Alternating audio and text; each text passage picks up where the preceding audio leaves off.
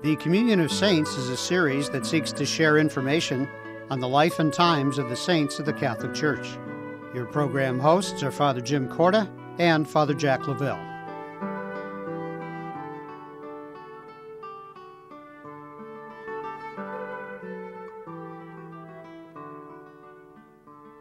Hello and welcome to Communion of Saints. I'm Father Jim Corda. And I'm Father Jack Lavelle. And the saint we're going to discuss first is Saint Mary MacKillop. Her name actually is Saint Mary of the Cross MacKillop. We know in our study of the saints that she is the only saint to be canonized from the continent and country of Australia. We know that her parents were of Scottish extraction and emigrated to Sydney and also to Adelaide. And so there's that whole migration of a family being uplifted and uprooted and coming to a rather desolate land initially. Those who may have been to Australia know that much of Australia, much of the continent is uninhabitable because it's all desert pretty much. And so this woman comes, she at an early age discovers religious life and ultimately founds an order, which is the first religious order in Australia. So let's talk a little bit more about Mary of the Cross MacKillop. Well, first, as you mentioned, the migration to Australia. Again, we in our current thinking, we think, oh, wouldn't it be wonderful to visit Australia? And we'd want to go to Sydney and Melbourne and see the Opera House and all these wonderful things. That certainly would not be the Australia that she found. We know from history that a large part of Australia was seen as a penal colony. It is where from Great Britain you were expelled to. And yet there were also those who just weren't making it. Either their land was not what it needed to be for agricultural growth. There was no job opportunities. And so there are, more than just the penal colony, there are those who then move. And they hope that maybe they can establish something. And so her life would have been one of great struggle, great challenges. The family really would have had to have worked hard and pulled together to make a modest living. So I think first we have to understand the background she comes from. And yet it's said of, in many cases, where people find such hardship and such desolation, you turn to God. Your faith is what occupies your time. And so certainly in this desolation, in this upheaval of moving from Scotland and being in Australia, she's able to look inward and discover that interior peace with Christ. What's interesting too is I had an opportunity to visit her grave actually in Sydney. When you enter the religious community that she founded, the Sisters of St. Joseph, they're called the Josephites. More familiarly, they're called the Brown Joeys because of their habit. But it's extremely simple. It's a simple marble slab with her name and the dates of her birth and death. Extremely simple, which would have been her life. She was very instrumental in providing education, especially to young girls. The other thing that she is remembered for historically is in the church in Australia at the time, unfortunately there was child sexual abuse that happened. And so her and her community had witnessed that, had challenged the hierarchy about that. Because of that, her and her sisters were really shunned by the priests and by the bishops. And so it was a series of long years until her order itself actually got recognition from the Vatican and also from the local community, who in the end actually apologized to her for all of that. It's interesting because I have a dear friend in Australia who, when Pope Benedict Emeritus had gone for the canonization in 2010 for Mary MacKillop, met with a few people who actually experienced abuse among the hands of clergy. And she was one who experienced that, who was able to speak to the Holy Father about that. So there's this tremendous witness that took place, not only years ago, remembering her story and her life, and also the challenges that she experienced, but there was a healing that took place. And fortunately, Benedict took that opportunity to listen to that and to take that to heart, because that was part of Mary MacKillop's story.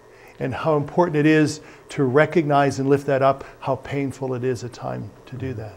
Well, and certainly we can see in our own church that it has been a very painful period, but a period that we need to emerge from cleansed, certainly one of contrite hearts and seeking forgiveness, and looking to Mary as an example of how we need to call out this injustice. Hopefully not seeing it in the way that it has been seen in the past, but continuing to champion those who are in need of healing and in need of peace, and hopefully to become a healthier and a better church because of the actions of people like Mary and her order, and everywhere when people will stand up and say, you know, this cannot continue.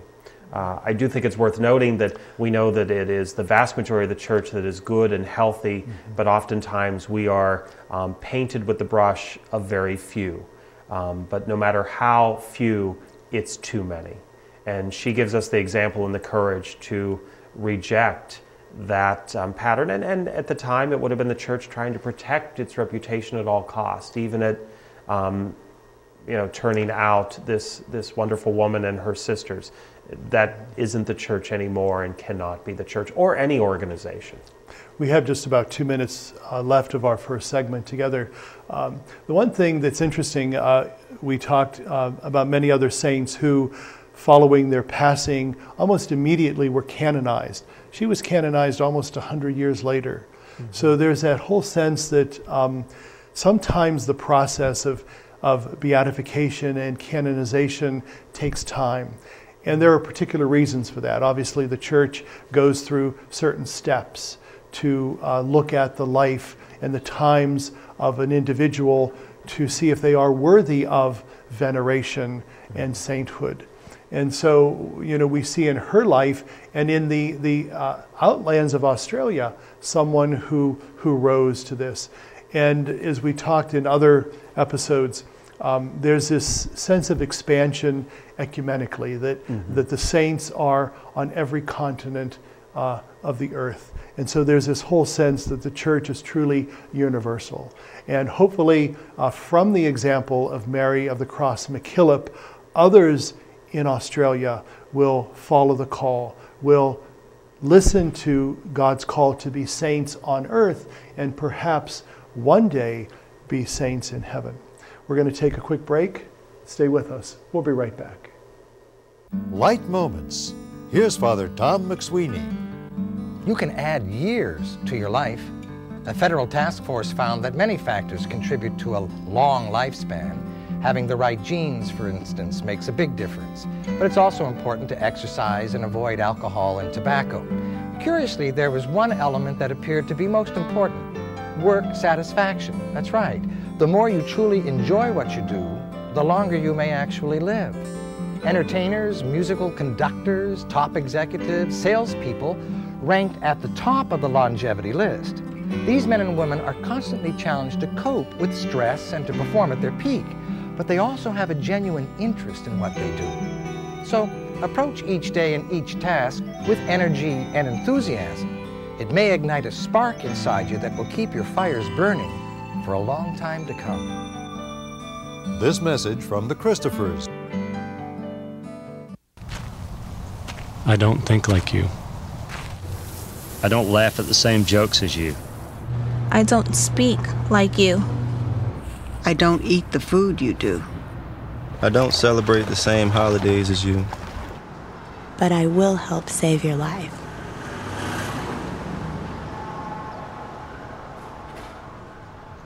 When you help the American Red Cross, you help America.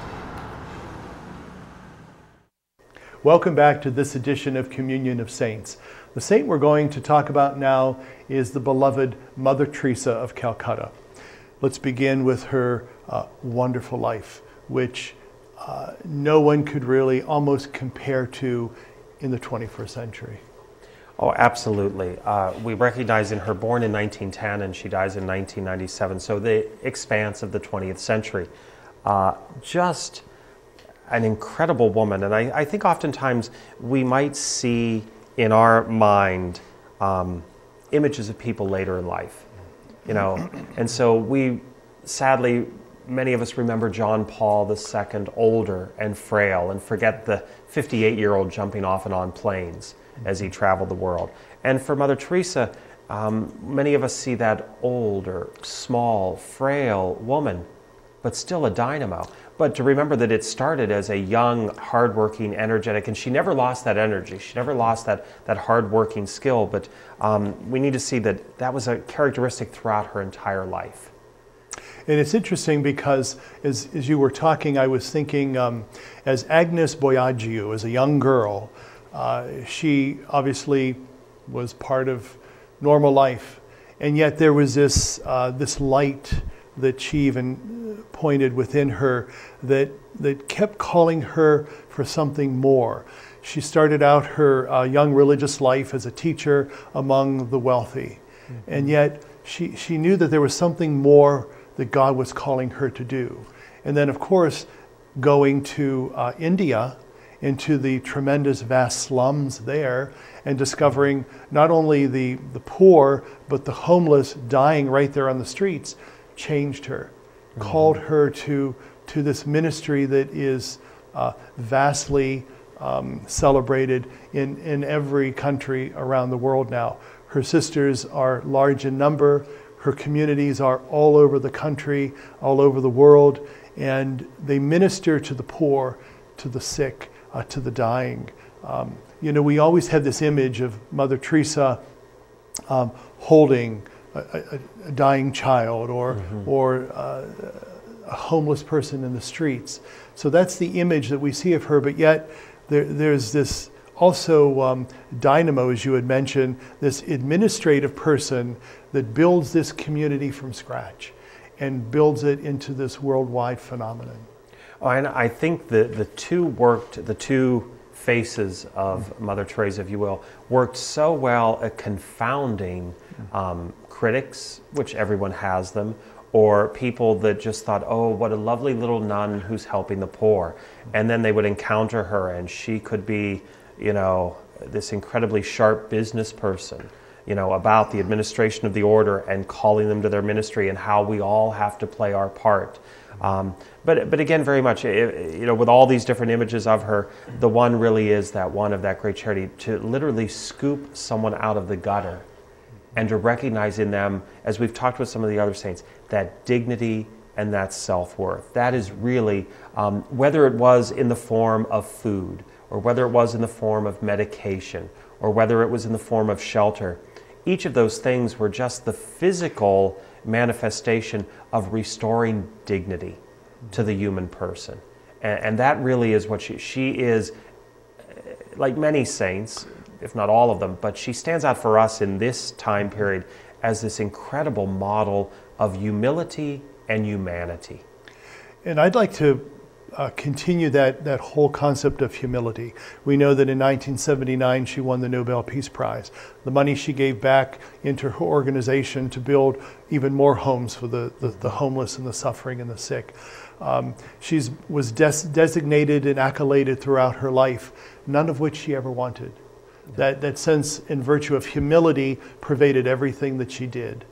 And if she were alive today and someone told her, you're going to be a saint, she would have nothing to do with it, because that was her humble life. And I think she would have preferred to shun, as you said, all of those accolades. I do think that she came to realize that was also God's blessing to her and to her order and to her ministry. And so she would willingly accept them because it heightened the cause. And so I think for many people, there is that kind of, how do I deal with humility? You know, I'm being honored here, or someone wants to recognize me here. That it's kind of the phrase of using your celebrity for good. And we have to admit that she became a celebrity in the way that John Paul II, you know, they talk about the rock star that was John Paul. She became a rock star. Young people who would have had nothing in common with her, you see an image of her and you know the story immediately. She became a walking stained glass window. We talked about that in one episode of the artwork that tells the story. You see an image of her and right away you know the story of charity, you know the story of humility, you know the story of how we are called then to offer that. And so she recognized, even though she would have not wanted it if it was left to her own, how to use that celebrity to further the cause of the dignity of humanity. It's interesting because in the year 2013, the United Nations designated annually the September 5th as the International Day for Charity. And so in her name, they designated this this special day. And that was really her life.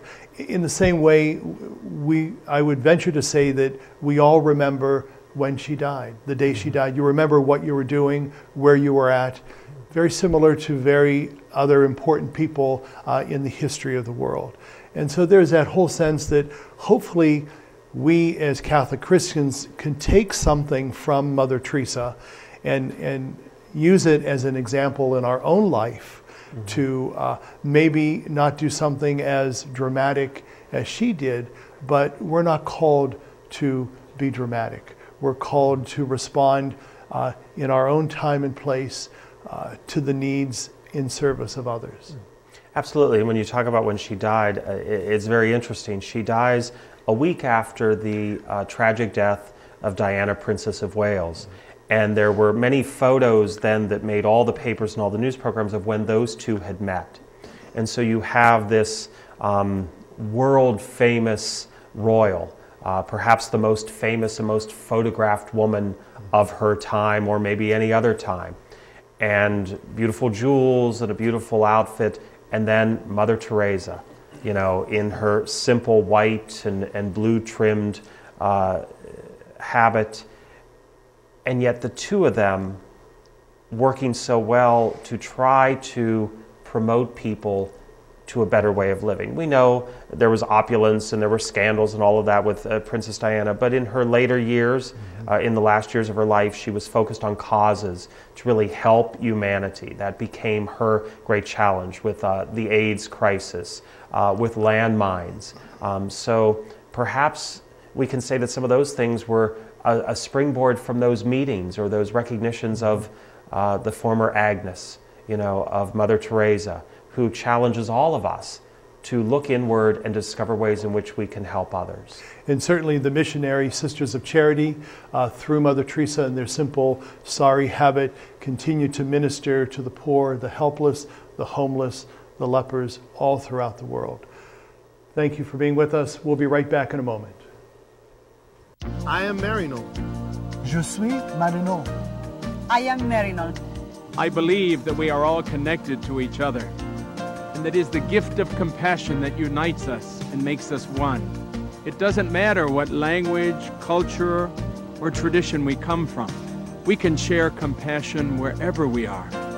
Marino, an American Catholic organization of priests and brothers, has been reaching out to those in need for nearly 100 years in 26 countries throughout the world. Marino dedicates 86 cents of every dollar donated to their programs, and with your help, they can do more. Missioners, workers, volunteers, supporters, we are all Marino. I am Marino. Yo soy Marino. I'm Father Mike, and I am Marino.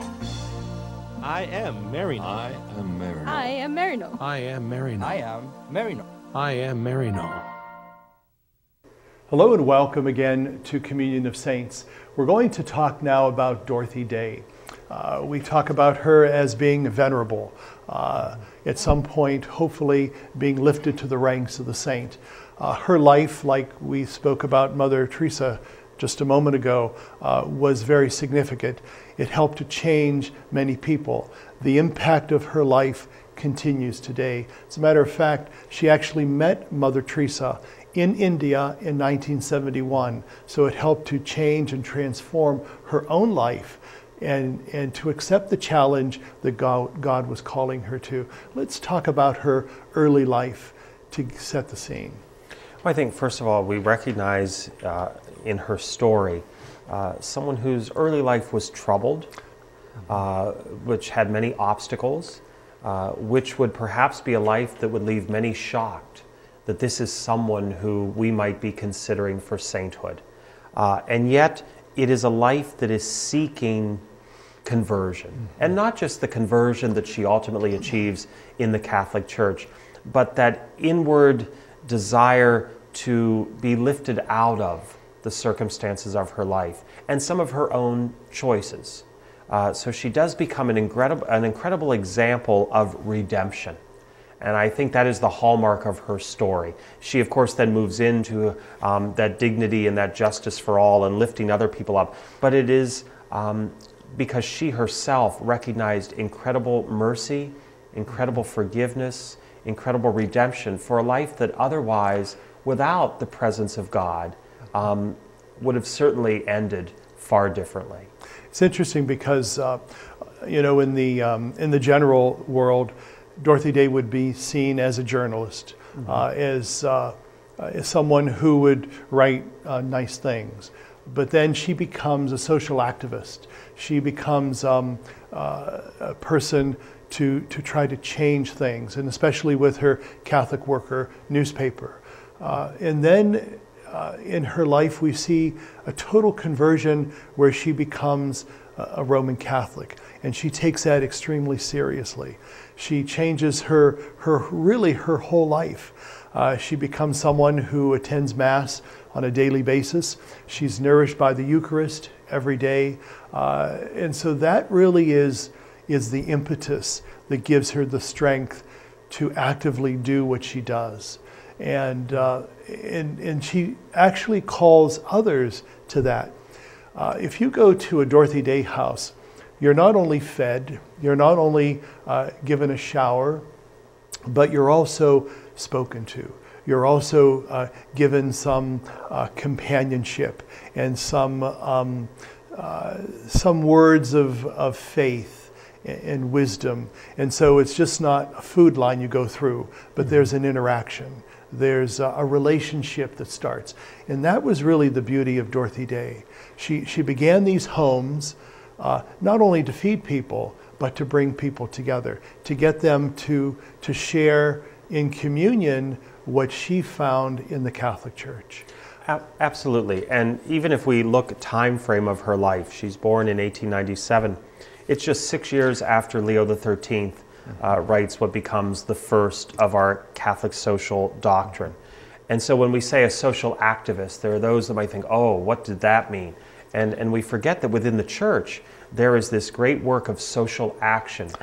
Even in our Catholic charities, in any diocese, there are usually two main branches. There's the social service, which is the reaching out, that hot meal, you know, that assistance with prescriptions or with rent. But there's also that social action that is saying, yes, we need this immediate service because of the predicament we find ourselves in, but we have to at the same time, and perhaps even greater, be a voice that calls for social change for a world where one day we won't need those services. And I think that Dorothy Day brings those together. She is there, as you said, to provide for, but then that voice for the voiceless, that there's always action going on with the service.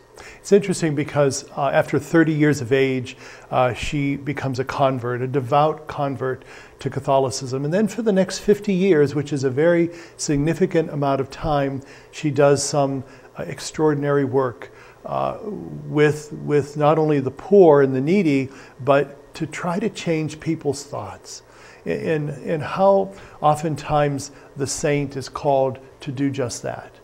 They don't do just wonderful little acts of charity, but there's a challenge that they give to others to follow their example, which ultimately is following the example of Christ.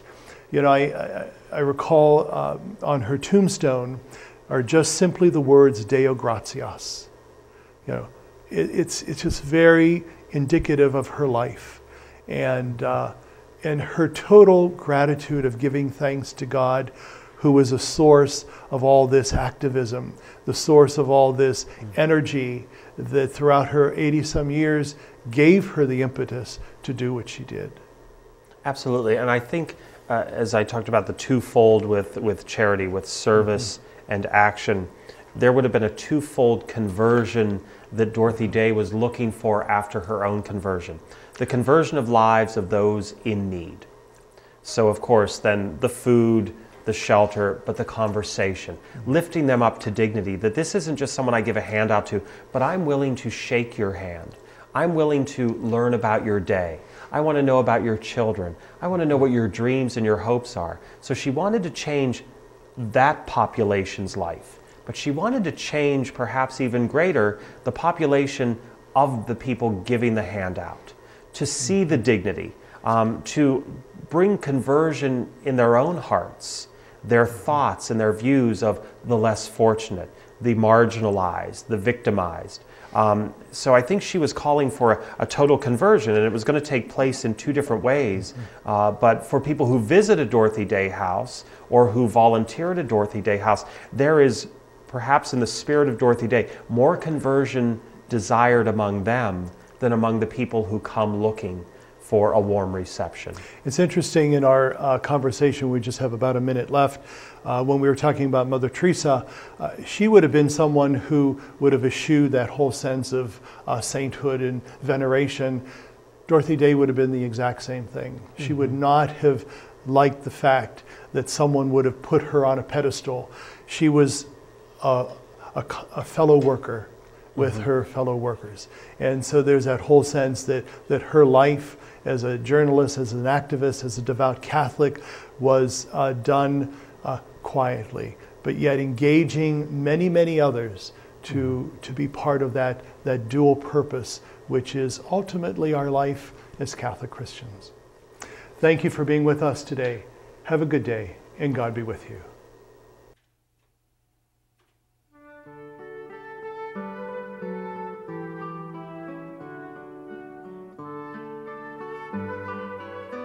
The Communion of Saints was a production of CTNY, the Catholic Television Network of Youngstown. Your program hosts were Father Jim Corda and Father Jack Lavelle.